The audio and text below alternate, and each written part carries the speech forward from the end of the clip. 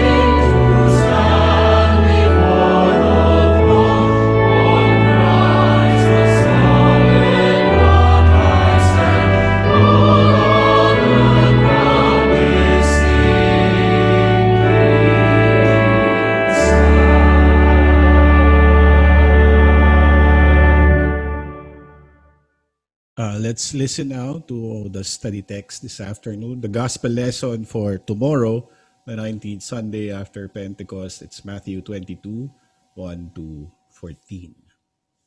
And again Jesus spoke to them in parables, saying, The kingdom of heaven may be compared to a king who gave a wedding feast for his son, and sent his servants to call those who were invited to the wedding feast. But they would not come. Again he sent other servants, saying, Tell those who are invited, See, I have prepared my dinner. My oxen and my fat calves have been slaughtered, and everything is ready. Come to the wedding feast. But they paid no attention and went off, one to his farm, another to his business, while the rest seized his servants, treated them shamefully, and killed them. The king was angry, and he sent his troops and destroyed those murderers and burned their city. Then he said to his servants, The wedding feast is ready, but those invited were not worthy. Go therefore to the main roads, and invite to the wedding feast as many as you find. And those servants went out into the roads, and gathered all whom they found, both bad and good, so the wedding hall was filled with guests. But when the king came in to look at the guests, he saw there a man who had no wedding garment. And he said to him, Friend, "How did you get in here without a wedding garment?" And he was speechless. Then the king said to the attendants, "Bind him hand and foot and cast him into the outer darkness. In that place there will be weeping and gnashing of teeth. For many are called, but few are chosen." Okay, so that's the gospel lesson for tomorrow. And then may partner siya sa lesson in the Old Testament. That's Isaiah 25:6-9. So they complement each other, but you'll listen to that or you can look it up sa calendars niyo or sa readings. But before we go into the text itself, let's look again at the introduction. Titingnan natin kung ano ba yung context nito.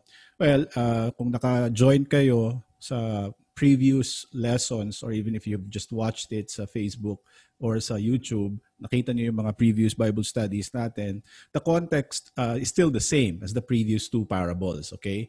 So pareho pa rin yung konteksto niya saan nagsimula ang lahat ng ito.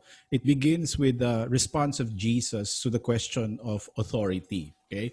So if you remember yung Matthew 21, doon nagsimula, nandito na si Jesus sa Jerusalem, he's already here.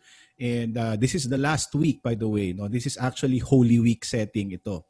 And if you remember, 21:23 verses 21 to chapter 21 verse 23, he was asked the question, by what authority do you do these things?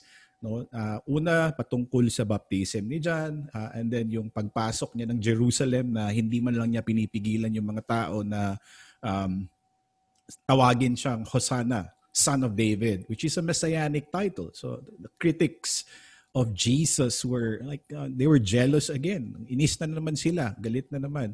So that is where it all began. And naalala natin yung kwento sa the parable of the two sons where Jesus says, well, tong anak ng ama na naghindi siya, he rejected initially yung utos ng ama, pero siya ang sumunod later, siya ang makakapasok. Siya ang tunay na anak. Okay? He's the one that did the will of the Father in heaven. And then last week, we studied the parable of the wicked tenants. Again, Sunday school story, and it's very familiar to all of us. And yung mga tenants, gusto nilang patayin, gusto nilang angkinin yung vineyard, and that's why they killed the slaves, the servants of the owner who was sent to collect fruit from the vineyard. And eventually, sa katapusan, the vineyard owner sent his son, his begotten son, Jesus Christ. And siya pala yun, si Jesus pala yun. No? So, ngayon, nandito na tayo sa pangatlo, the third parable that Jesus told them in response. Oh, I'm sorry. In response sa nila. Wait, I'll just check my audio. Is there something wrong with my audio? Okay na? Okay. So I hope that solves the problem. So ito yung pangatlong parable, no? The parable of the wedding banquet, and this is the third parable that Jesus taught them. Nasa templo pa rin sila dito. Okay, ang setting, they are still in the temple courtyard teaching, and ang audience ni Jesus is still the chief priests, the Pharisees, and the elders. And again, this is all about refuting the unbelief of the Pharisees. They did not believe Jesus, the prophets in the Old Testament. So ito yung pangatlo, ito yung final na parable, and in studying this series, itong parable na ito, itong tatlo, no, magkatabi sila. If you remember, may mga kingdom parables, meron ding tinatawag natin na judgment parables. So all of these parables judge or talk about the refusal of the people or the rejection of the chief priests and the elders of the grace of God. So although tinatawag nating judgment parable, dyan din natin makikita yung graciousness, yung kindness of God. Last Saturday, di ba, yung wicked tenants, very unrealistic because paulit-ulit na nagpapadala ng slaves ang owner para kumbinsihin na ibigay yung fruits of the vineyard. Pero hindi, walang tigil na nire-reject pa rin. So parang sabihin natin napaka-unrealistic because kung isang beses ka pa lang sana nagpadala ng servants, papatayin mo na yung mga workers mo. But or ipapakulong mo or kakasuhan mo.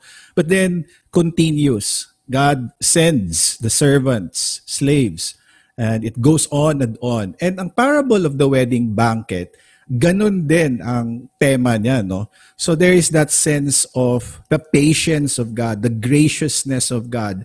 And ang context lang natin ngayon is a wedding banquet. Kung last Saturday it's a vineyard, today it talks about a wedding banquet. And isang bagay din na dapat maintindihan natin, in the Bible, we talk of a wedding banquet, merong tinatawag, may eschatological sense. Ano ba yun, Pastor?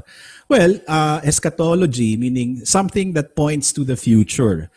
Something that will happen in heaven in the future. So itong wedding banquet, eschatological siya. So it's sort of like prophetic, no?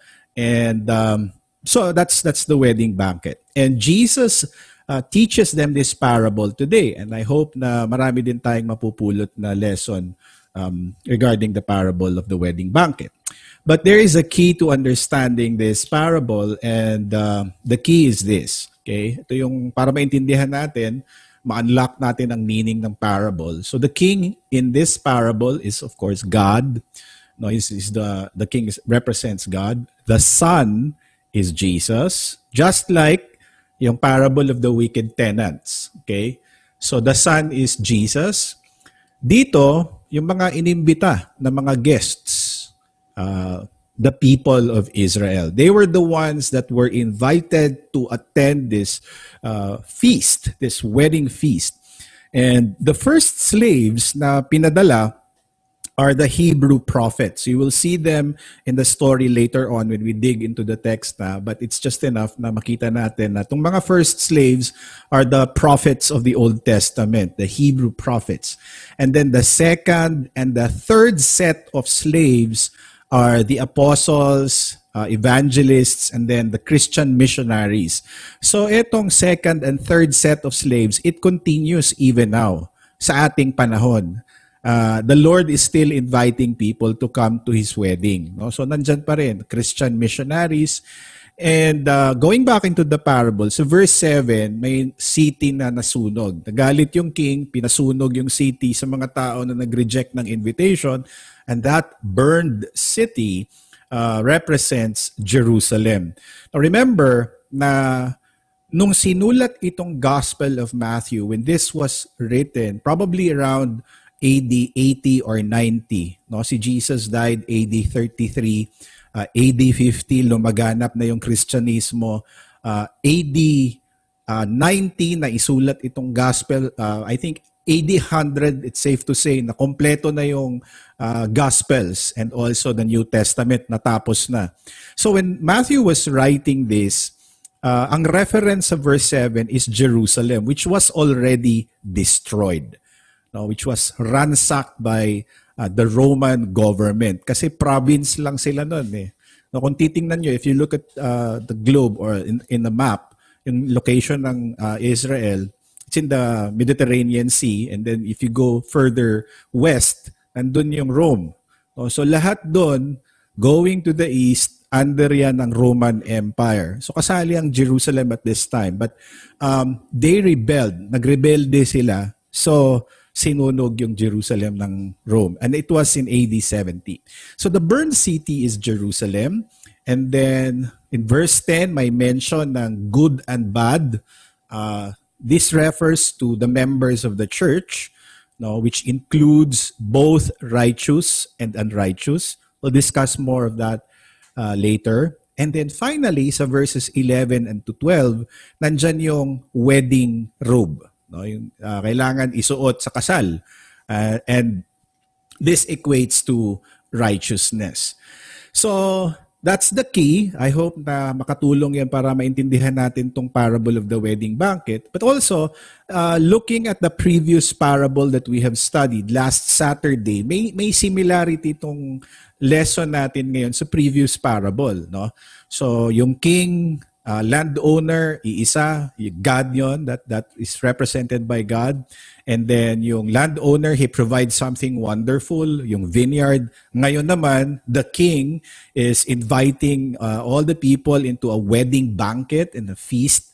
And then nagpadala ang landowner ng mga servants, ng slaves niya para kolektahin yung fruit. Dito naman sa parable natin ngayong hapon, the king is sending his slaves to invite people. So nandyan, may similarity siya.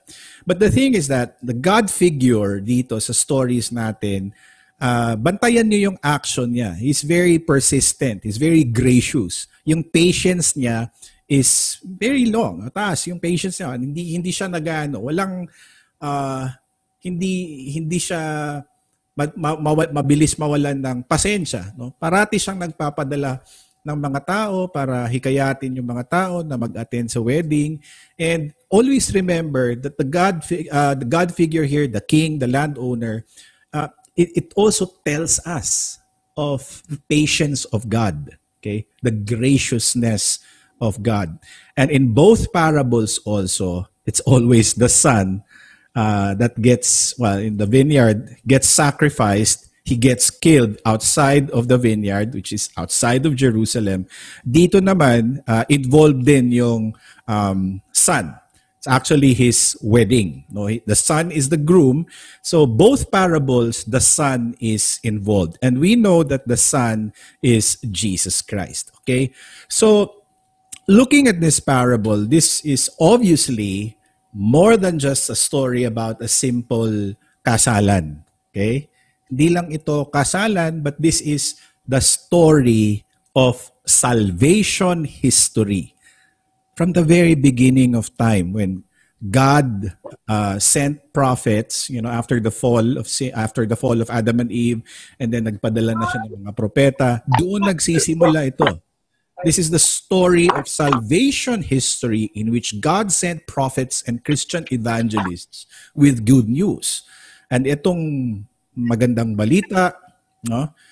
Some rejected and others accepted. And in our story today, may dito parang plain lang na ni-reject yung invitation. In the Gospel of Luke, yung version ni San Lucas, yung mga guests, they not only reject, but they also make a lot of excuses. Okay? So ang similarity nila is there is that rejection. Okay. So let's move on now. Punta tayo sa ating first verse. Okay. And the first verse na consider is really verse 2, which says, "The kingdom of heaven may be compared to a king who gave a wedding feast for his son." And I was looking at the Greek sa wedding feast, no? Gamos. So, wedding festivities, the several acts of feasting. And there's one thing na dapat natin maintindihan. Sa ating kultura bilang mga Pilipino, a wedding is such a grand event. Okay, it's a big celebration, takes months for the preparation. Ganon din sa kanila, sa Jewish context, ganon din. Malaking kasalan, malaking celebration. And in the highlands, I think depende sa ikakasal. Kung mayaman, kung maraming pera, siguro days ang celebration, no? I remember when I was still a student in the seminary, may nag-attend kami ng kasal. I was kind of shocked kasi yung buong barangay yata ang inimbita.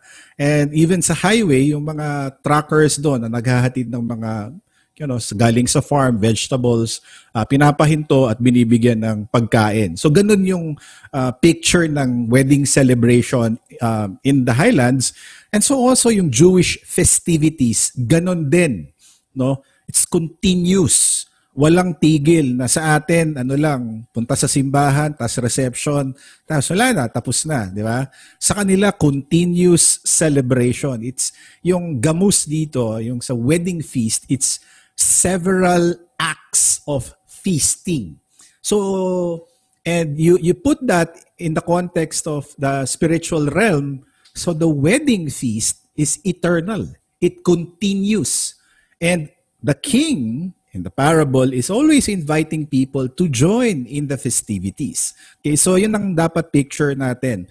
And gaya ng nasabi ko kanina, that's complemented. This parable is complemented by the Old Testament lesson for tomorrow. And isang verse lang ang kinuha ko dito.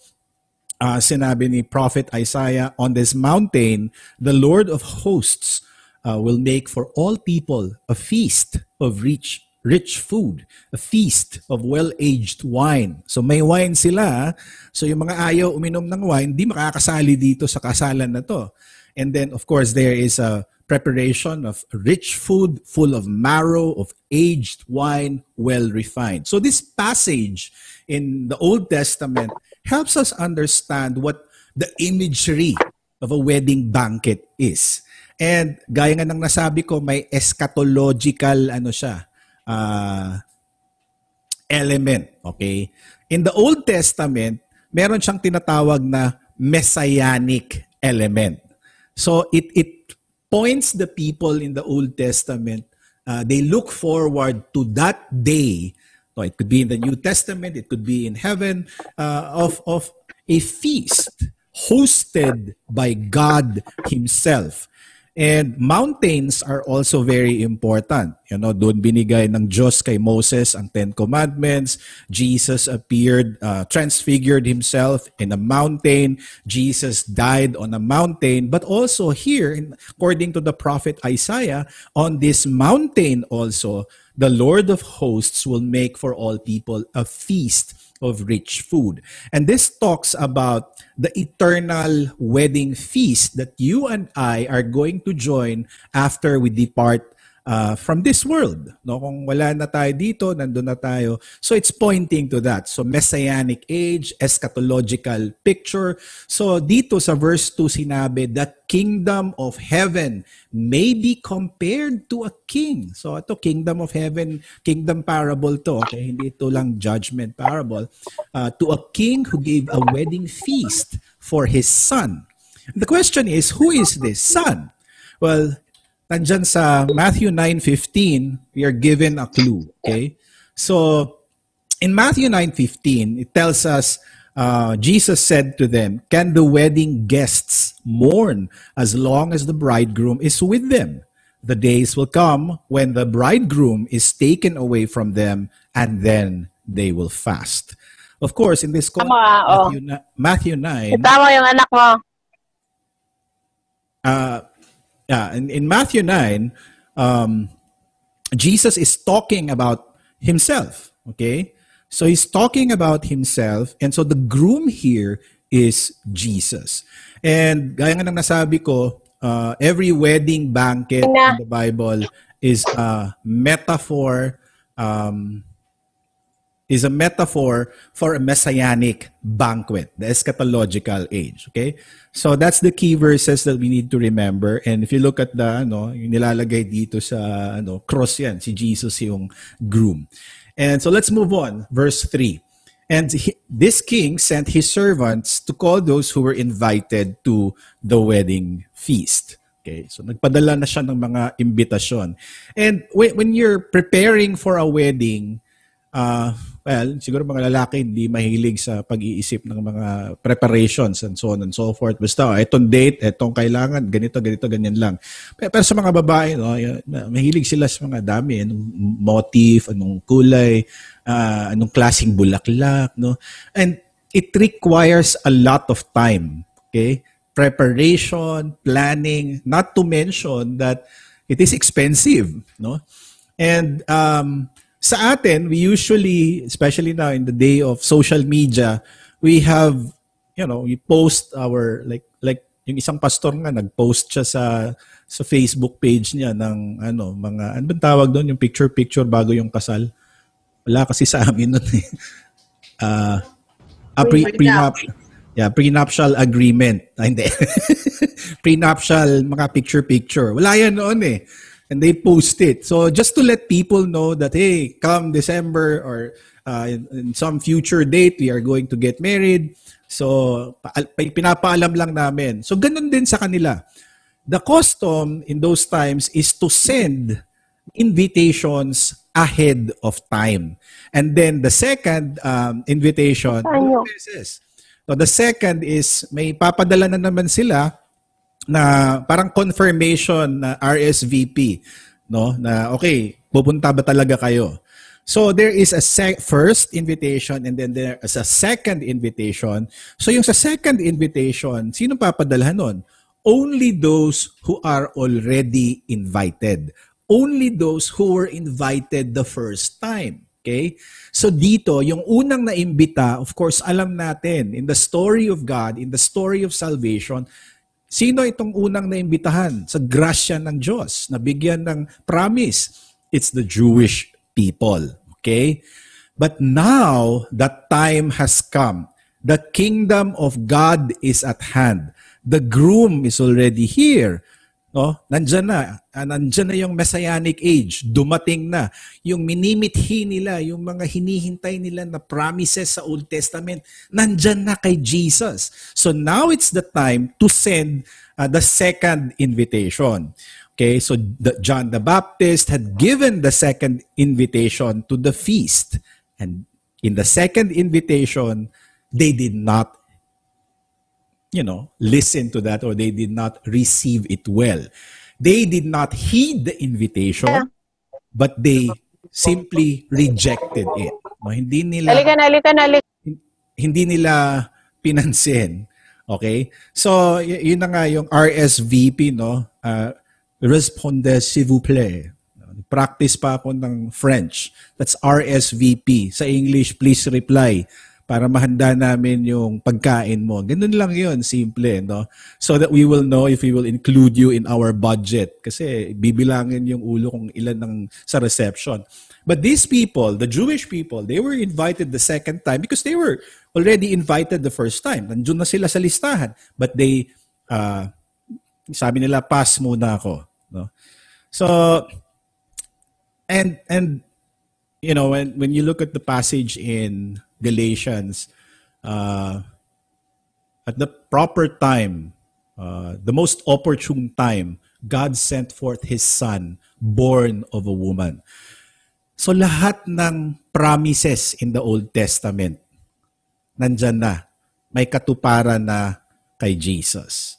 And now, the second invitation is being sent out. So, this wedding and the invitation to attend it is really a picture of the grace of God that provides salvation for the world in Christ Jesus. Okay? It includes redemption, the means of grace, and the power of the Holy Spirit, as this apply equally to all men. Okay? So yung wedding, lahat ng kailangang preparations na gawa na, invitations na gawa na, at ito'y pinadala na, and continuing ang wedding feast even now in our time. Kaya nasabi natin, hindi lang one-time event, it's an eternal wedding banquet that is now happening in heaven. And the invitation is being sent out to all the people in the world. No? And so hindi lang ito, simpleng kwento tungkol sa story or may mga invitations. It's really a story about the salvation that God has provided for all men. And the salvation that we have if we are connected in Christ Jesus, our Lord. Okay, let's go to verse 4. What happened? Anong nangyari? Hindi nila tinanggap. Those people who were first invited, they would not come. No? Kai uk ethelon, elthane. Kai uk ethelon, elthane, that's in Greek. They would not come. No? How would you feel if you invite somebody, napakaganda pa ng invitation, ang mahal, may gold borders pa, and all those kinds of fancy things that people put nowadays in their wedding invitations and so on and so forth. And then, they refuse to come. What happens? Anong mangyayari? No? Sasaktan ka, o siguro, sa sobrang daming bisita, or inimbita mo, hindi mo na mapapansin. Pero kung intimate lang, kukunti lang, pinili, no? Tas hindi sila pupunta, mano-notice mo talaga. And etong mga tao na ito, those who did not come, they are the ones who received advance invitations through the Old Testament. And sino ito? The toskeklemenos, those who were invited, are the people of God, the Jewish people, with its many prophets and with all the promises that were given to them. No? When in Christ, the wedding was already ready, again, the king sent to them the servants, no, to call them, eto na, nakahanda na, to ask them that they should now, come, believe, the Messiah has come, Hosanna, no, son of David. They were the prophets in the Old Testament, si Isaiah. Pero alam natin yung history. Okay? What is the history of the people of God? Anybody?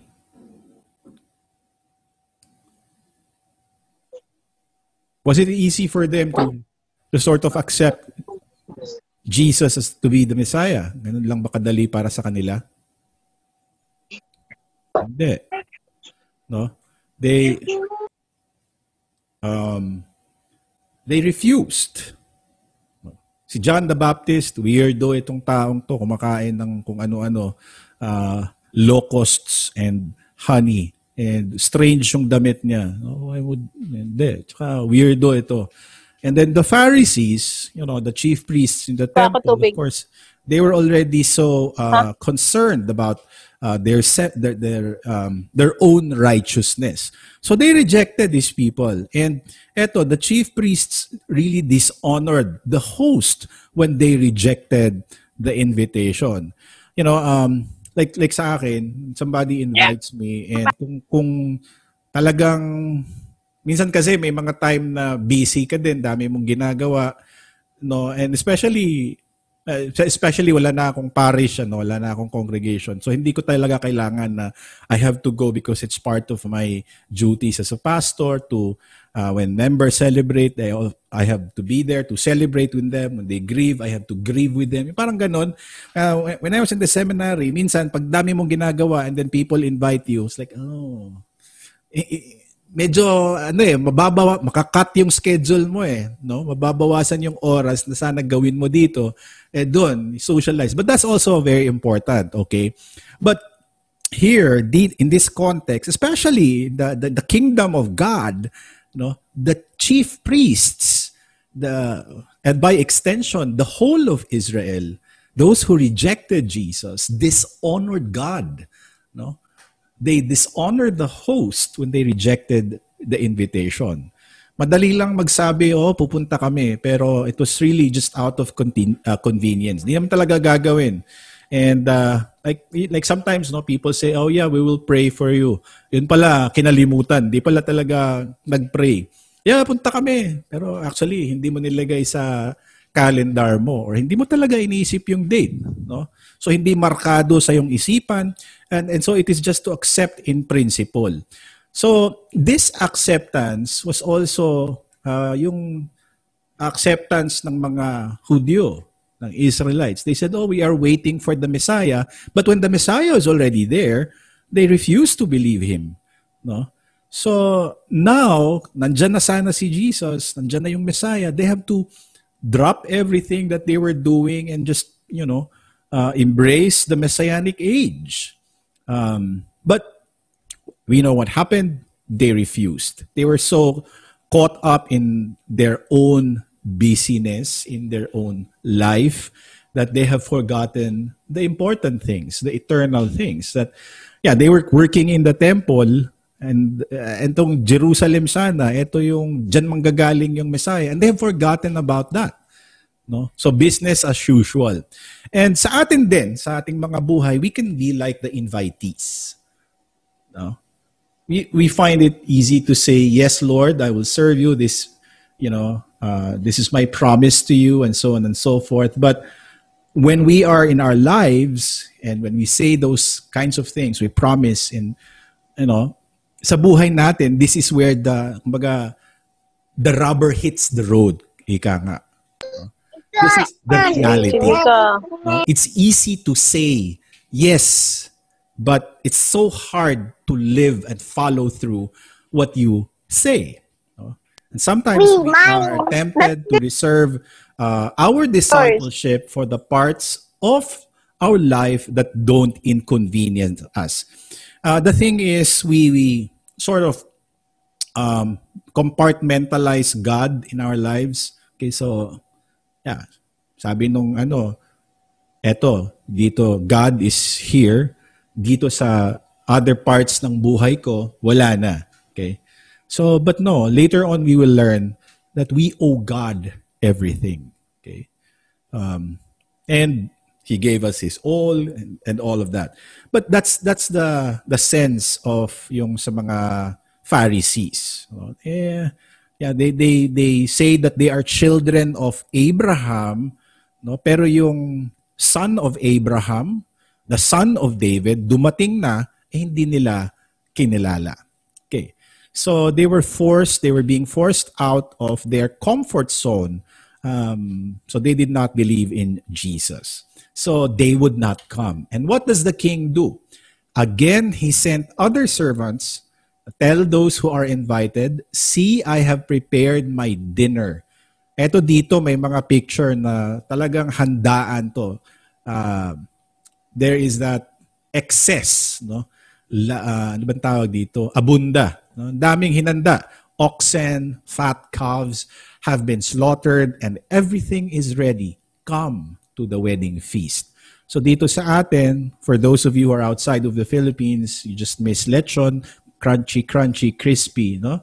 Nandyan, sa likod, nandyan yung mga crabs, nandyan yung, dami, barbecue, and so on. So the idea is that everything is ready. No? The king repeats his invitation. And kumbaga, parang nagmamakaawa pa yung king. Punta kayo, daming pagkain. And I've heard that already, like naimbita ka, tas sige, punta kayo. Tapos parang nakikita nung nag-iimbita sa'yo na parang ayaw mong pumunta, sasabihin sa'yo, hindi, may lechon kami mamaya. Punta ka. So, okay, parang ganun eh. No? So, again, the king invites. He sends other servants. Tell those who are invited, this is what I have prepared for them. No, ito yung hinanda ko. Kung ako, tanggihan ng invitation, kung ako nag-invite, tas tanggihan, di wag. Kung ayaw nyo, di wag. No? So, ba't mo papipilitin? But the Lord, the king, is very patient and very gracious. He sends his servants again. Super ang preparations. Fatted animals, lechon baboy, baka, buttered garlic shrimp, beef steak, tomahawk steak, kinilaw, yellowfin, and all kinds of goodness that comes from the Lord. You have grilled bagaybay, and for the ladies, we will have the red Moscato wine, and then for the men, we'll have the single malt scotch, and so on and so forth. Pampaano lang. Diba? So everything is ready. Going into the parable, no expense was spared. Walang tinipid. Okay? And sayang ito. Diba? Kung nangyari na ba sa inyo yan na may party kayong hinanda, tapos konti lang pumunta, sayang yung preparation, diba? So, nakahanda na lahat. And by the way, also, I'd like to make a point, no? Everything ready, this is perfect tense. Ibig sabihin ng perfect tense, hetoy maka, wala ka nang dapat gagawin. Okay? Wala ka nang, hindi ka na magdala ng wine. If you're invited, diba, sometimes the custom is to bring something also to give to the host. We don't do that. When it comes to the wedding feast that God is preparing, you don't bring anything because everything is ready. It's perfect tense. Wala ka nang maidadagdag pa. Kung magdala ka, baka ikakasira lang sa buffet table. Okay? So there's nothing that you need to bring. And again, it is a picture of the grace that God is offering His people. And well, royal wedding kasi ito, no? All things are prepared, wala ka nang kailangan dalhin. And again, the image here is the invitation is first given to the people of Israel. This is the gospel call. But this is also, how do we apply this in our lives now? No? This is also like the pastor inviting people to come to a Bible study, the pastor inviting the general membership of the congregation to come to church, no, to attend Bible studies, to attend all of these kinds of things, no. But you say to the pastor, well, pastor, it's really not working for my schedule, and so on and so forth, and we have all kinds of excuses, no? And kung ganon, sana nag-abogado na lang tayo, kung gusto natin ganito mangyari. I'm generalizing here, no? Hindi yung hindi ka nakapagsimba pero gusto mo. Hindi ka nakapagsimba dahil may work ka. Iba 'yon, no? Yung Jews dito, the chief priests, they really rejected. They despised the word of God. Sa atin, gusto nating mag-join, but I was so tired and from my work, galing ako sa 24 hours ako duty, and all those kinds of things. So my sister is ganun din noon because of work. So hindi yun hindi yun may kumpara dito sa ginawa ng mga chief priests, okay? But also the sense is yung general rejection of anything that belongs to God. Pag Bible studies, siguro mas concentrated pa tayo sa pagpapanood ng NBA basketballs kesa NBA championship yata ngayon, no? Or other things. May kasabihan nga sila, kung gusto talaga natin, gagawa tayo ng paraan. Pero kung ayaw naman talaga natin, yan dami nating dahilan.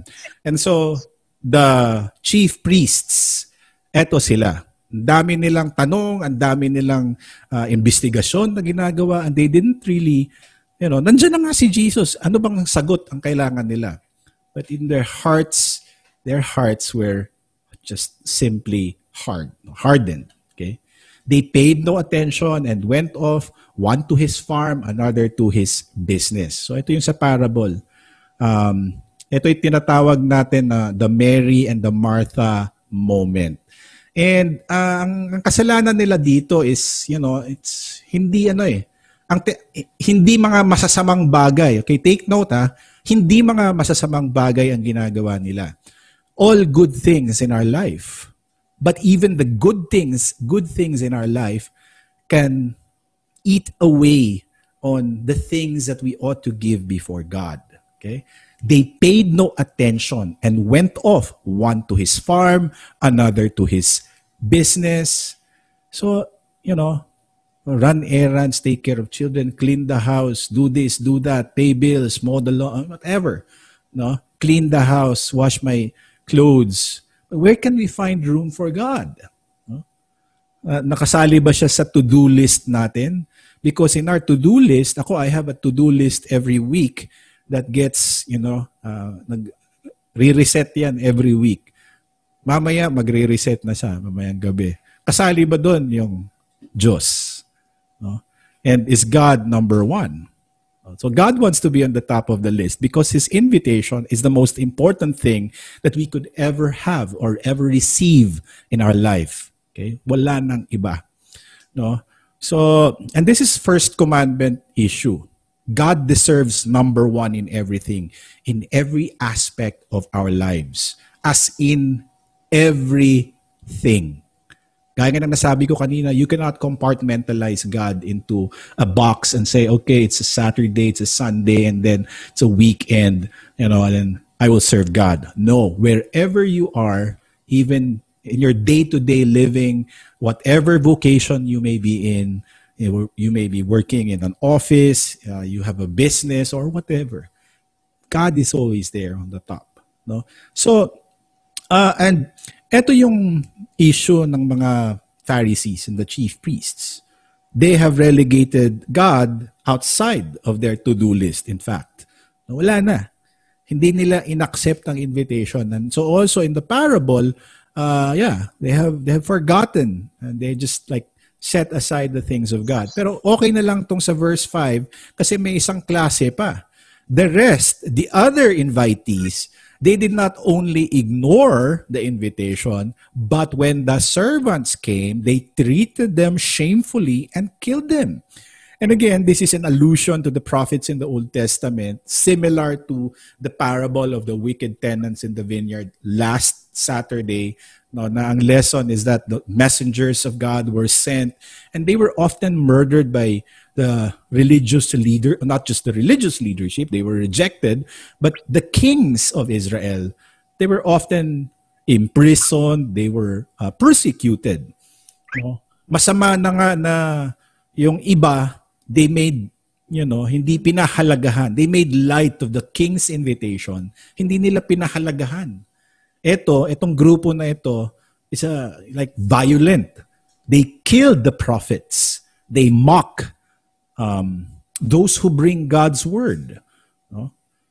So verses 5 and 6 tells us the two kinds of people that were invited but rejected the word of God. One, it's like, I have no time for that. I'm so busy. Second is, ay nako, bubugin ka namin. Or even you mock that person. No, so these are the two kinds of the rejection that the servants of the king encountered. Okay? In verse 7, kita natin sa Greek, hoi de amelesantes, did not give importance. Hoi de loipoi. Ito yung tinatawag natin na the more violent rejection. Okay? So,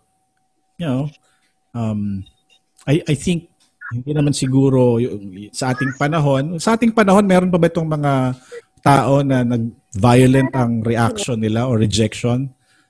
Well, yes, there are still pastors who are being persecuted in other parts of the world. No, marami pa rin ang pinapatay, marami ang nakukulong dahil sa kanilang pananampalataya. And dito naman sa hoi de amelaisantes, yung those who made light of the invitation, marami sa ating panahon ito, no?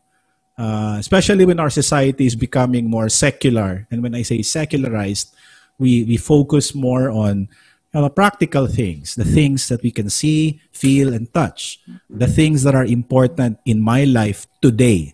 And we forget the things that are important tomorrow, in the future.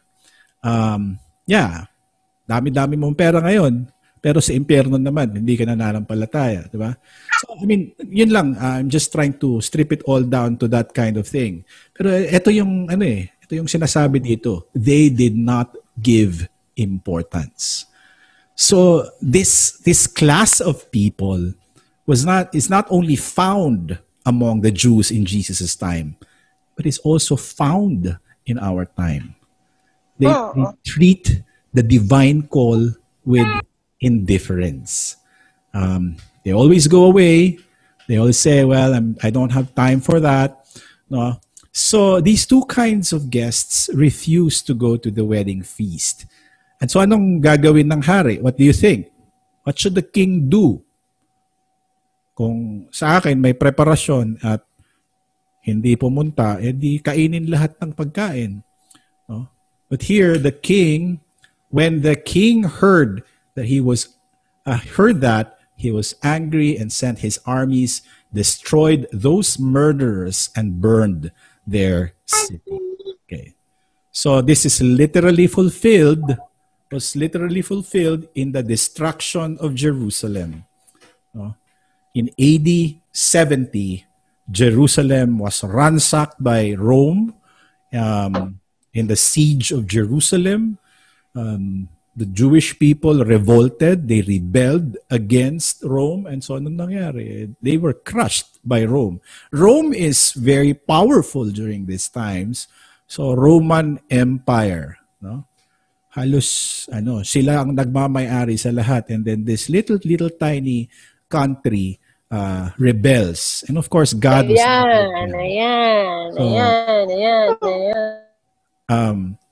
so God is not with them, and so normal lang yan na hindi ka na matulog ka na. Mawala yung mawala yung Jerusalem, okay? So the siege of Jerusalem, that's the first Jewish revolt. And this is already judgment upon the people of God. And I think we mentioned this also last week in our Bible study in the parable of the wicked tenants. No? So nandyan na rin yung reference to the destruction of Jerusalem. Besides, the new covenant is already in place. So yung old covenant, wala na. The new covenant has come. And Jesus is already reigning in the new kingdom. So hindi na kailangan yung temple because Jesus himself is a temple. We discussed that last Saturday. Okay? So, what happens next? In verse 8, the king said to his servants, the wedding feast is ready, but those invited were not worthy. So yung those invited dito refers to Israel. And then since wala silang quarantine pass, wala silang gate pass, they could not enter the wedding banquet. No? And by the way, those invited who are not worthy, in our time now, no, what makes you worthy before God? So just think about that question. We'll discuss that later. No? So because dito sinabi, those who were not worthy, no, those who were invited were not worthy. Those invited Israel, no, Jerusalem, the city of God, but they were not worthy. And hindi sila pwedeng pumasok. And so the king said, go ye therefore to the main roads and invite to the wedding feast as many as you find. So the wedding feast is already ongoing. Okay? And mag-invite kayo ng marami pang tao. And by the way, sa Greek dito, verse 9, go therefore. I forgot what the Greek here is, but in the exegesis is that this is a durative present tense. Durative meaning the duration of time. Walang katapusan. Present tense ang form niya in the Greek, but ang sense, the way it's used is that it's continuing. It doesn't stop. Okay? Hindi siya one-time event. So, go therefore, meaning continue going. No? Be going always. Be going all the time. Parang ganon. And so, the implication here is that the slaves of the king are going to keep on going until the wedding is provided with guests or madagdagan ang mga guests sa wedding. So that is what we are doing now, the church, no?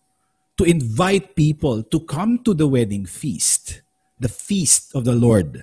No? Not just in this world, hindi potluck ha. Okay, malapit na ang Reformation. Yeah, we invite people to come to our church pag may potluck and we make them like the very important guests, but this is not only talking about that. The wedding feast is, of course, the eternal life, salvation that we have, and the bliss that we will have with Jesus in heaven.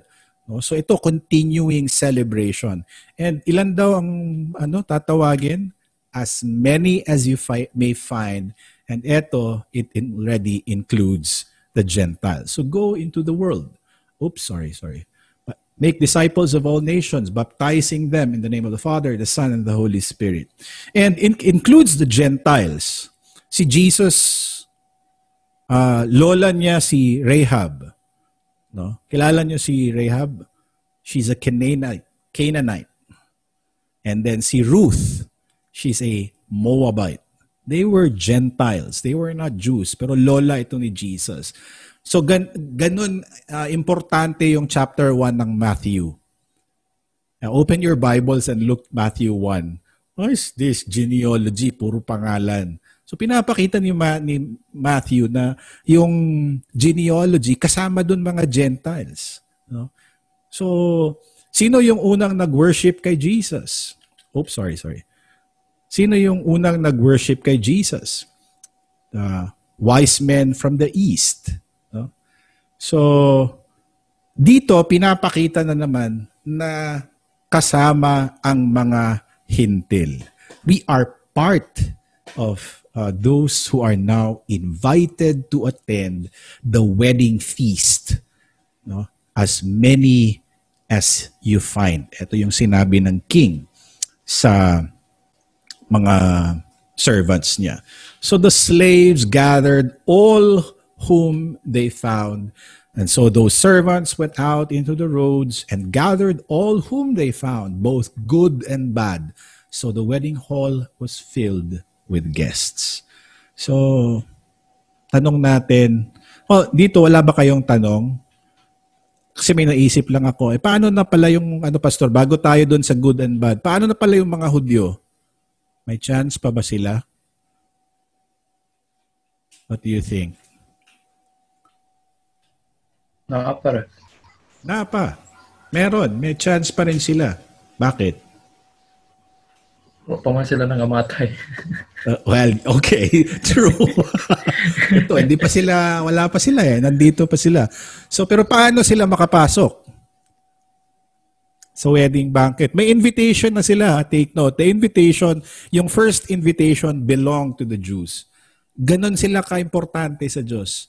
In fact, the book of Psalms, I just forgot where, but it says, they're the apple of his eye. Diba? Pag apple of his eye, yung parang special, yung talagang tinitingnan mo parate, binabantayan mo. So the Jewish people. And kung gusto nyo may chance pa ba sila? Yes, of course. May chance pa sila kasi sabi nga ni J-Boy, buhay pa sila eh. No? Pero hindi lang dahil doon, pero ang open pa rin sa lahat. Open para sa kanila. Pero paano sila makapasok? It's still through what? Jesus. Okay?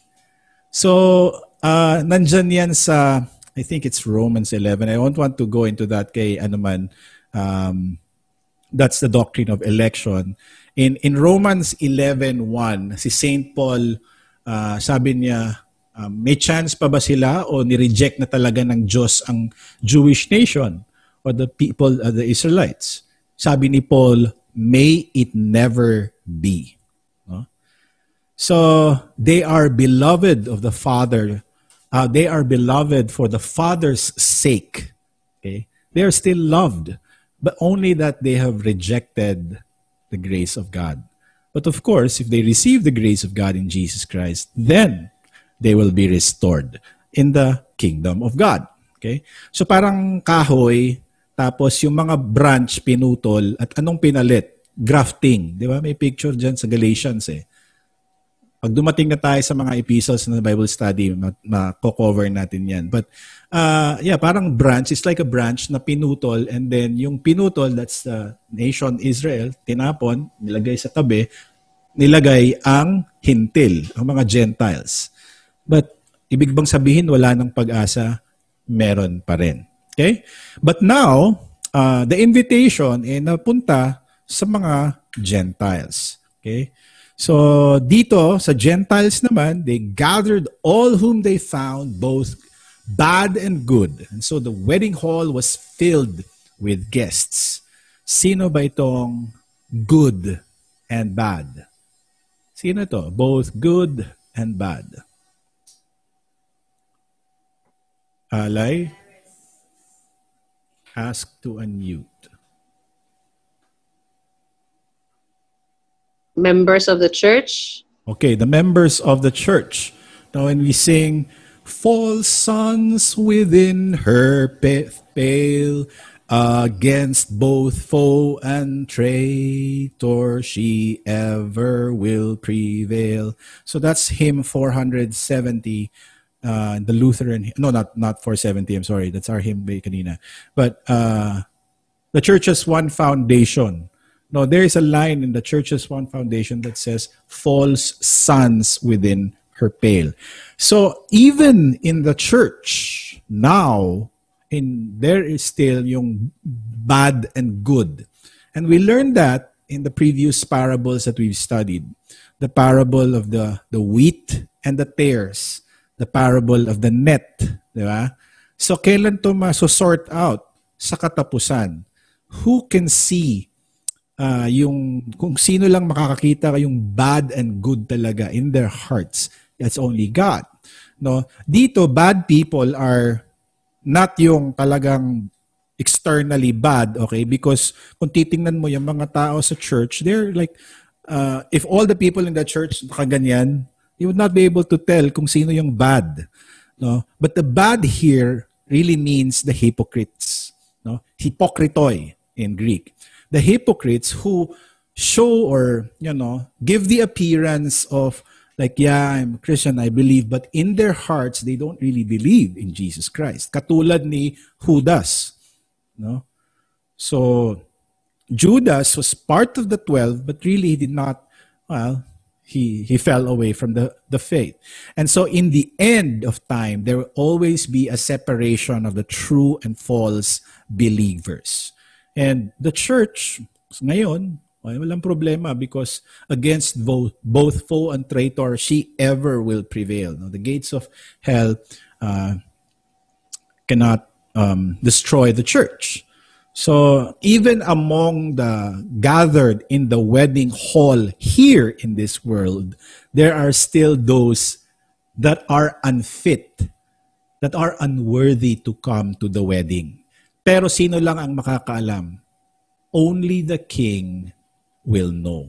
Okay, baka mag-imbestiga na naman tayo. Sino kaya sa atin? Hindi, no, that's not our job. Only the king will know. So in verse 11, eto yon. The king now comes into the banquet hall. No, nandyan na siya, dumating. And then randomly he looks around, supposed to be happy. No? He sees a man, no, na hindi nakasuot ng wedding garment. So yung ginamit dito is to view, theasastai, to view, to behold, complete act of looking. Isang click lang, isang tingin lang, alam ka agad ng Diyos kung sino ang walang damit. The theasastai word in Greek means isang tingin lang, alam ka agad niya. Hindi na kailangan imbestigahan. Hindi na kailangan. Why? Because God can look into our hearts. He knows what we are thinking. He knows what's in our hearts. He knows everything. Okay? So yun ang sense dito, theasastai, to view, to look, complete act.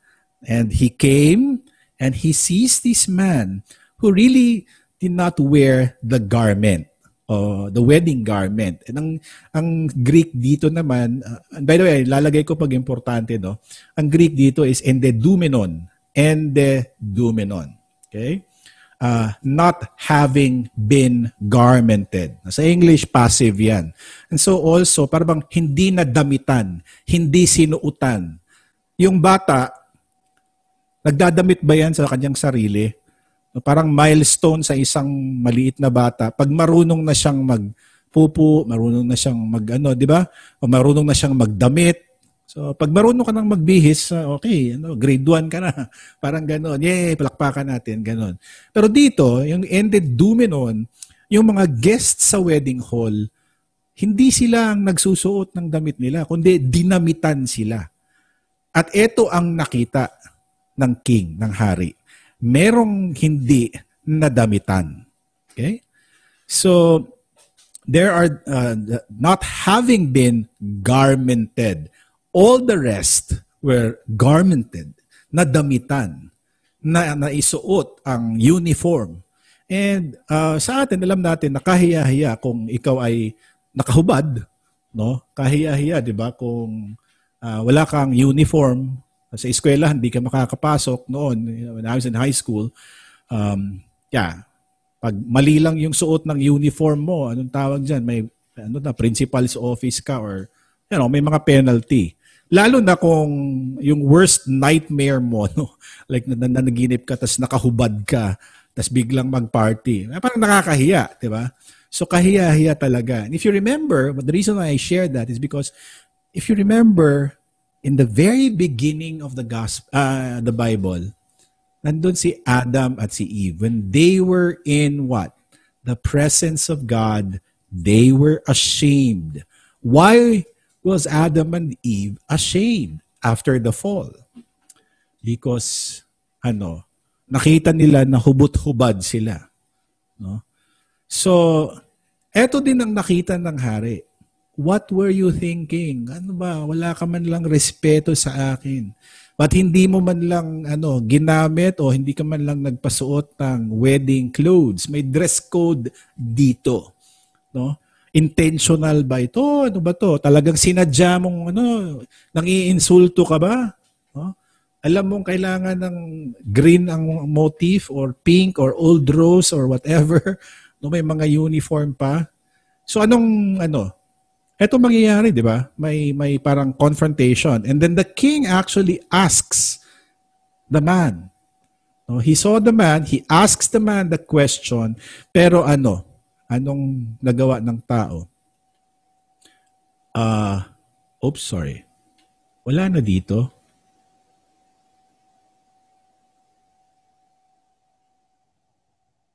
Well, sorry. Something nawala yata. Ano ang sagot ng ng king? If you have your Bibles there with you. Hindi ko na ilagay eh.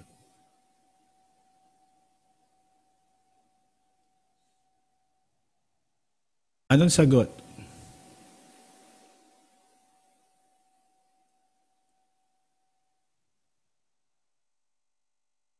That's Matthew 22:11-12.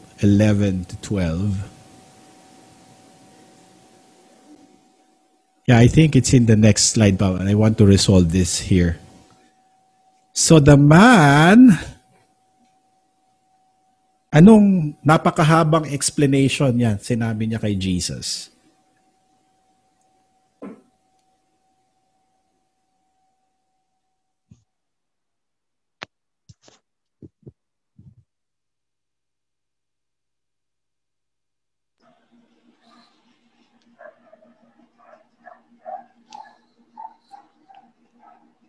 Speechless man siya. Okay. Yeah, that's the only thing na gusto kong So, unsang napakahabang sagot niya kay Jesus? Wala siyang masagot. No? And the reason why I had to ask that is because sa Greek kasi ang speechless dito, wala siyang masagot. Parang ordinaryo lang, wala siyang masagot. Actually, ang meaning sa Greek is he was gagged. No? Hindi siya pinasagot. At kahit makasagot siya, hindi katanggap-tanggap yung sagot mo. So, ang point lang dito is that itong word na ginamit na sa, I think it is epithomon. No? Hindi ko na ilagay kasi dito. I'm sorry, nakalimutan ko. Pero ang term sa Greek is he was gagged.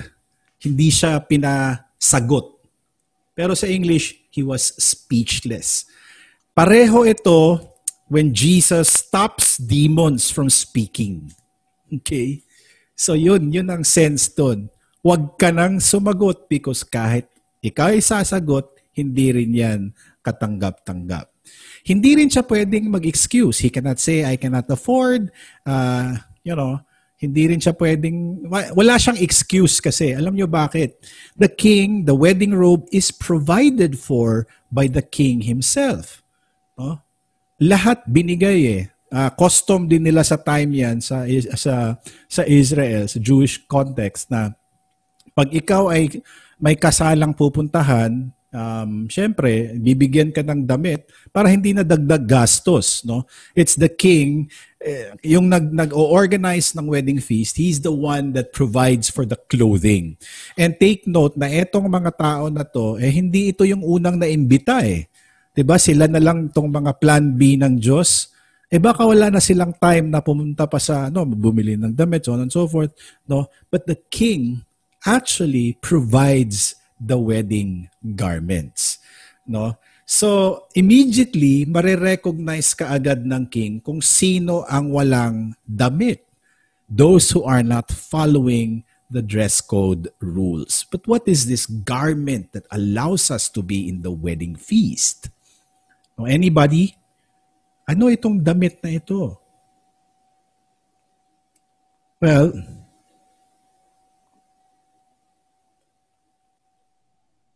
okay, Butchoy is typing. Go, Butchoy. Righteousness, Pastor. Okay, the righteousness of Christ. Yeah, go ahead, Butchoy. Let me see your answer. The gift of salvation. Yes, the gift of salvation, the righteousness of Christ, that is the garment. Well, more specific, the righteousness that we have in Jesus Christ. Di nagmo-move ang slide. What is happening? Okay, yan. Sa ano pa, the Justitia Christi, the righteousness which is ours by faith in Christ Jesus. It is the garment of faith, sabi ni Luther. It is faith that holds on to salvation. Salvation is the wedding banquet. Faith is the garment that allows us to partake of the buffet in that wedding banquet, the wedding festivities. No? That faith is given. It is not something that you muster up by your knowledge, by your experience, by your good works. No, faith is given to you by the Holy Spirit. Okay? And faith allows you to hold on to the righteousness that is ours through faith in Christ Jesus. Okay? So, may clue na naman si Isaiah dyan. Sabi niya, He has clothed me with the garments of salvation. He has covered me with the robes of righteousness. So it's very beautiful imagery. Chapter 61, verse 10 of Isaiah. Also in Revelation 19:8. I did not include it here, but take note of that. Read it in your time now. Yan ang bridal scene. No? Wedding yan. That's the wedding that's going to happen in heaven. And the bridal gown is provided for by the bridegroom. It is the righteousness of saints. So doon ang bridegroom ang binigay. No? Binigyan, sorry. No? So dito, the parable, it's the king who gives to the guests. No? And it is the righteousness that we have in Christ Jesus. So wedding garment. No? Ito yung mahalaga sa atin. Ito pala, I'm sorry na late pala yung question ko. And he said to him, "Friend, how did you get in here without a wedding garment?" And he was speechless. No? So, kinilaging yung tawag sa Tagalog sa magbuot-buot, mag-decide ka na kung anong isusuot mo, may dress code naman. Tuloy, hindi ka nakapasok sa party. Parang quarantine pass lang yan. Okay? So the guests in the wedding, as guests in the wedding, it is important that we are properly attired. Okay? So kaya nga may sa invitation, casual, ano bang tawag dyan? Black tie affair or I don't know, maraming mga nakatuxedo ka ba? O naka-rubber shoes o ganyan. Ganun din. No? So, and this parable warns us that those who are not in the proper garments will not be able to join or stay in the wedding festivities. And ulitin lang natin, this garment signifies the righteousness of God which covers our sin. And yan, yung nasa picture sa slide, that's a wedding, baptismal gown. How many of your congregations use that? Or sa growing up, kita nyo na ba yan? When I was a parish pastor, I asked one member if she can donate a wedding gown for children when they are baptized. So mga bata, ang cute-cute na mga damit, pagpunta sa simbahan, pero dadamitan lang yan, tatakpan lang yan ng baptismal gown. No? Tatakpan lang yan because it signifies the righteousness of Christ. It covers us. No? Bakit ang ating mga pastor, they wear albs, yung mga vestment, white.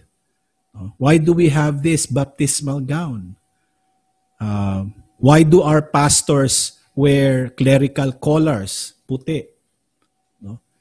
So, ano bang mga kahulugan nito? Well, pastors wear albs because it represents the garment of righteousness of Christ, covering the sinfulness of man. Ganon din sa baptismal gown. So magandang practice yan.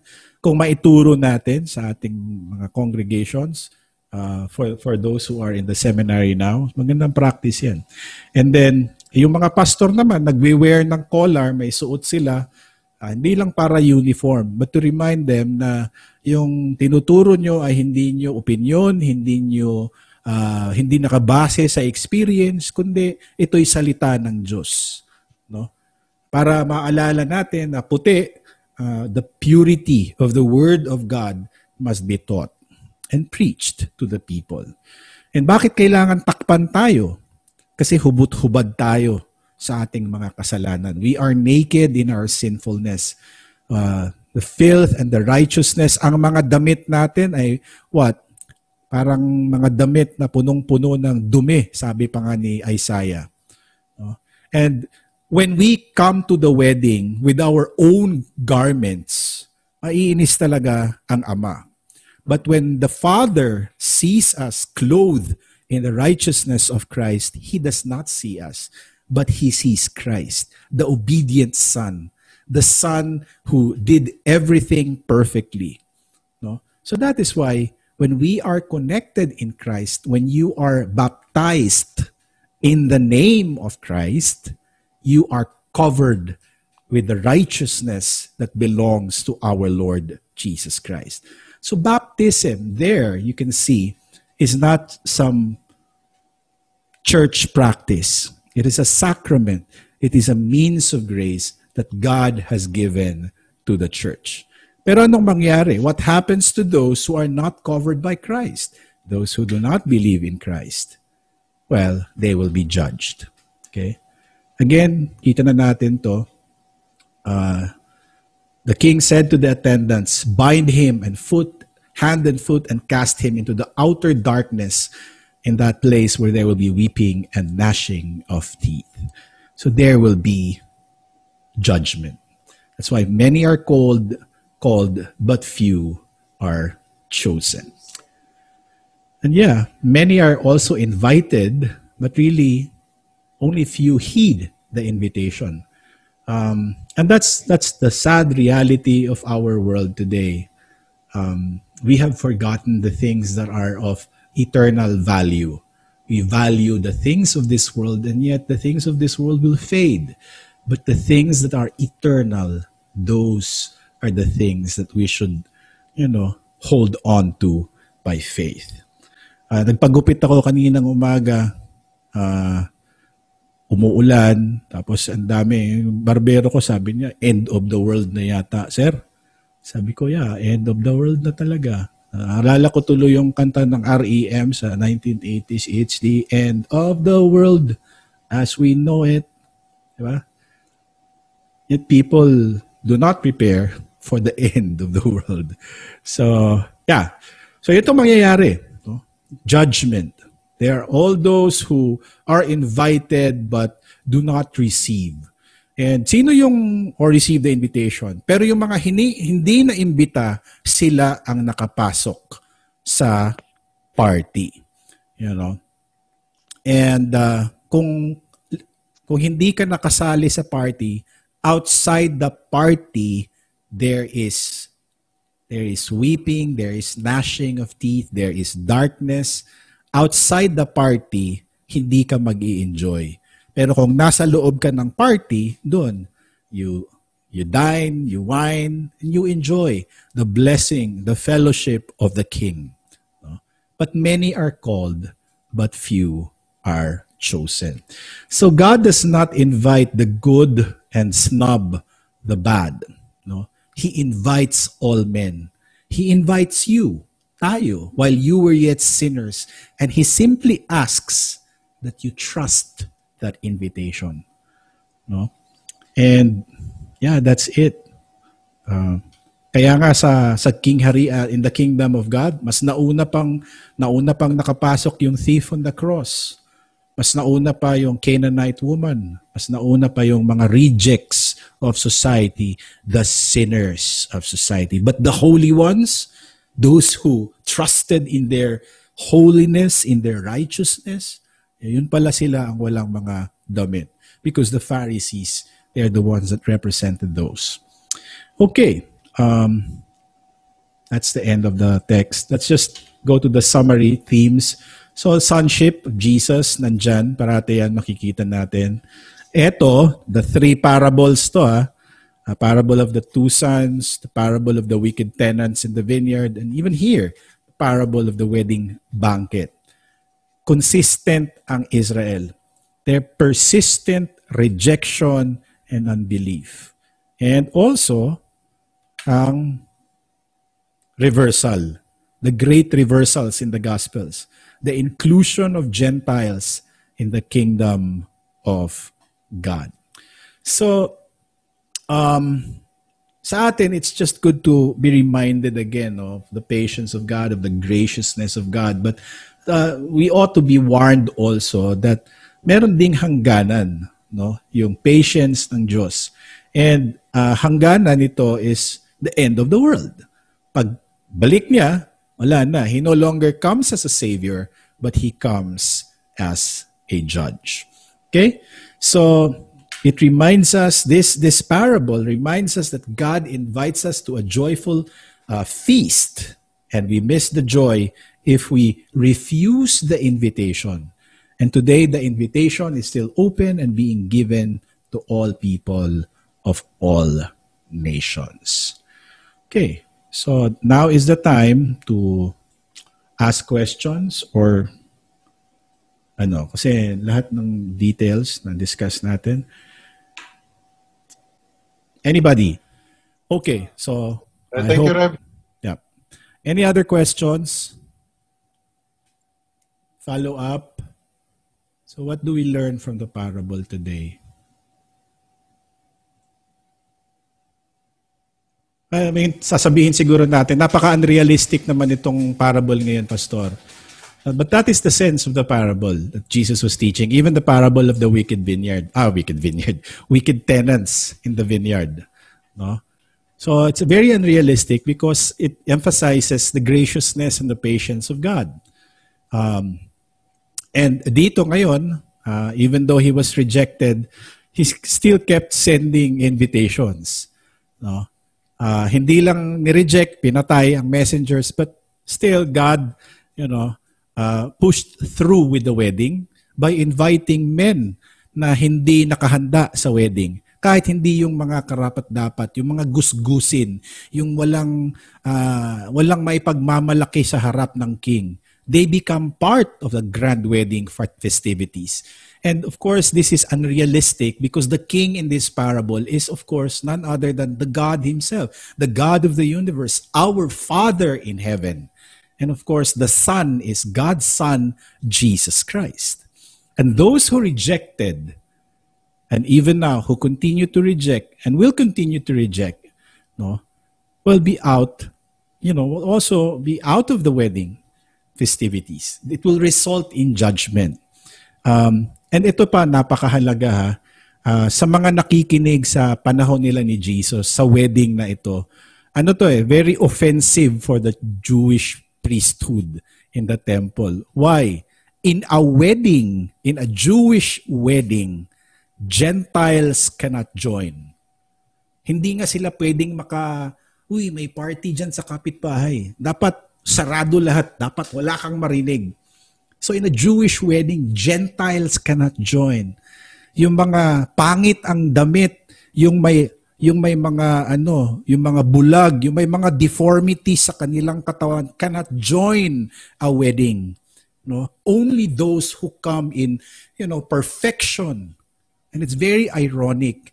Why? Because the Jews demand that, pero they rejected Jesus Christ. Sila natuloy ang hindi nakapasok sa wedding. And sino itong mga nakapasok? The lame, the blind, the deaf, the outcasts, the rejects, the Canaanite woman. Gentiles. The Gentiles again. So Jesus turns it upside down again. So, ang sakit, kayo, ayaw nyo, ibibigay ko na lang to sa iba. So the lame can walk. And ito yung sinabi, di ba, ni Jesus, tinanong ng mga disciples ni John the Baptist, ikaw na ba talaga ang Messiah o maghihintay pa kami ng iba?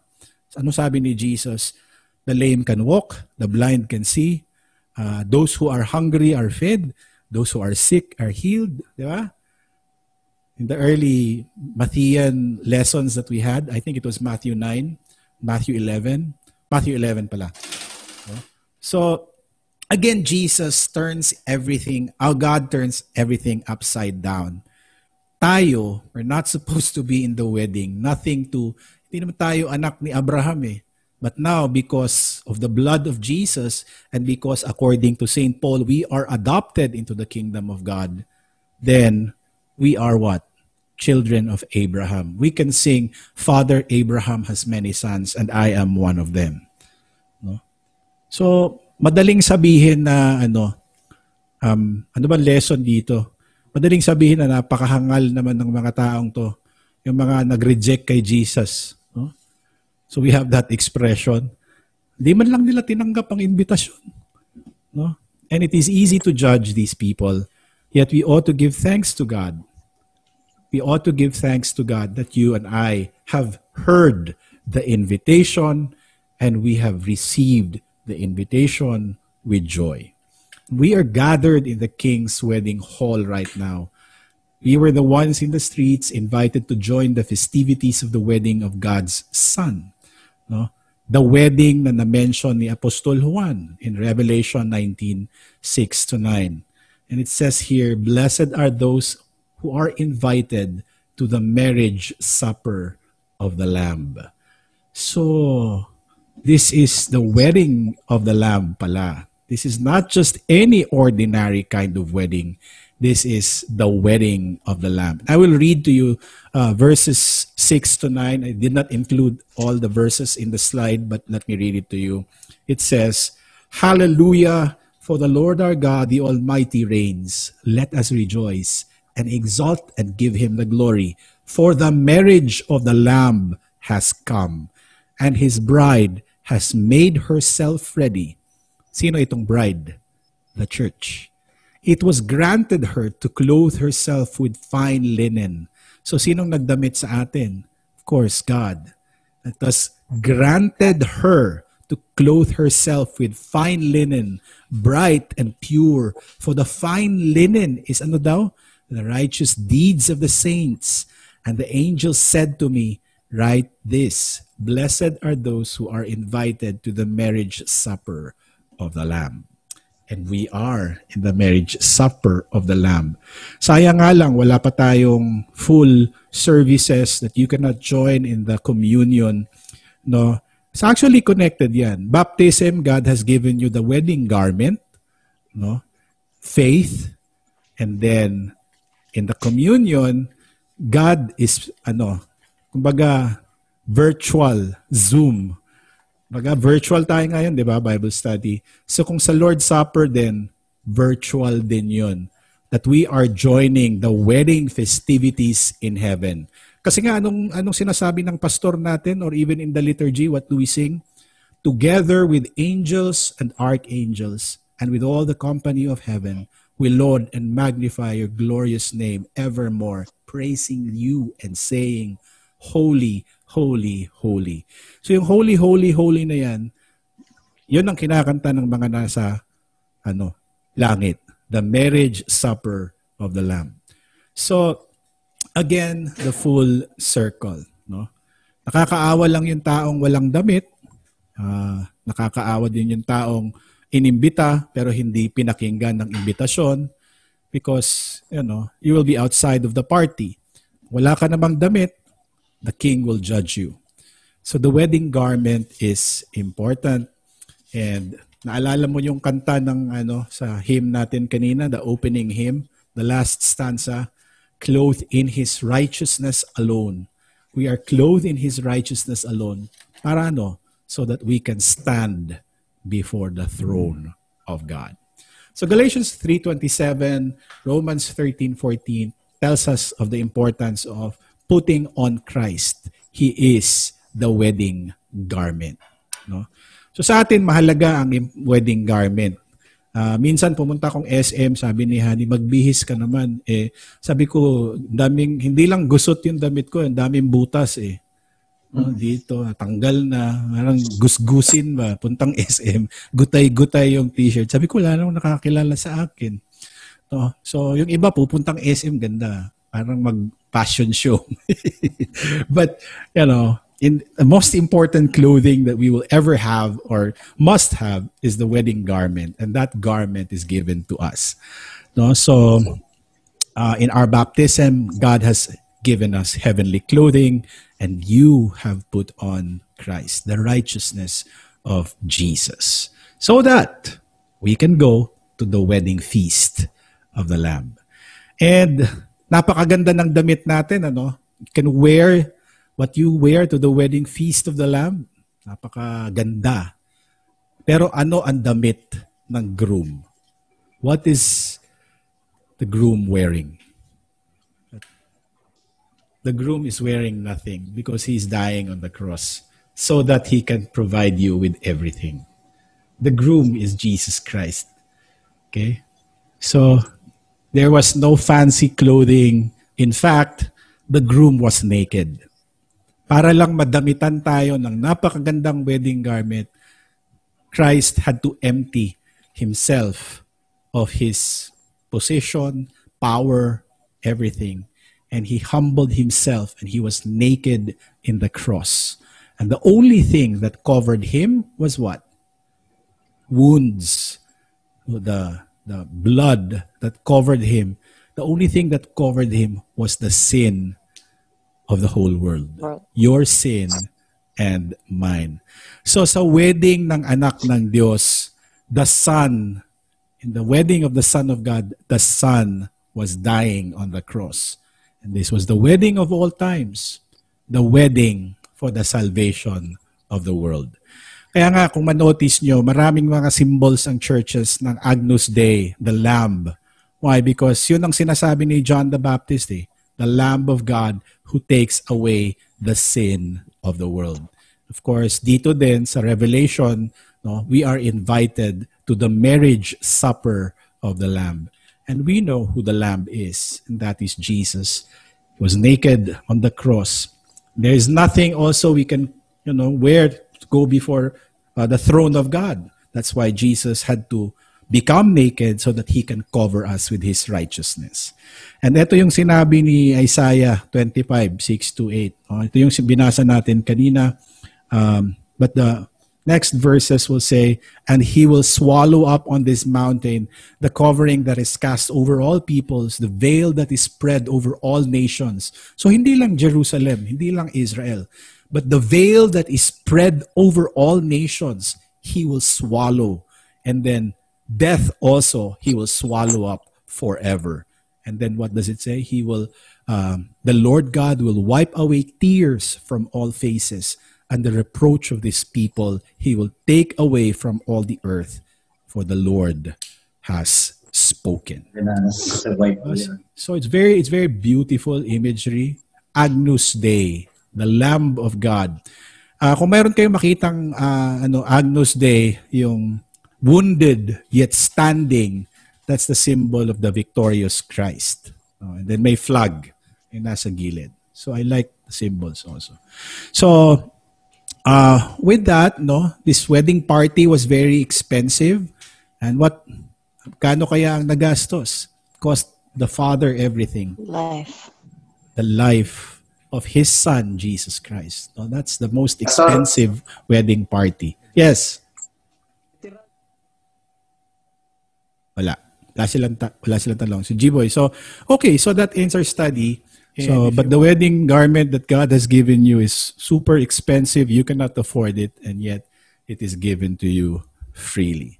So, I pray that you enjoyed the study this afternoon, and we will close this now. Kung wala na, we will close this with another hymn, and this talks about the Lamb.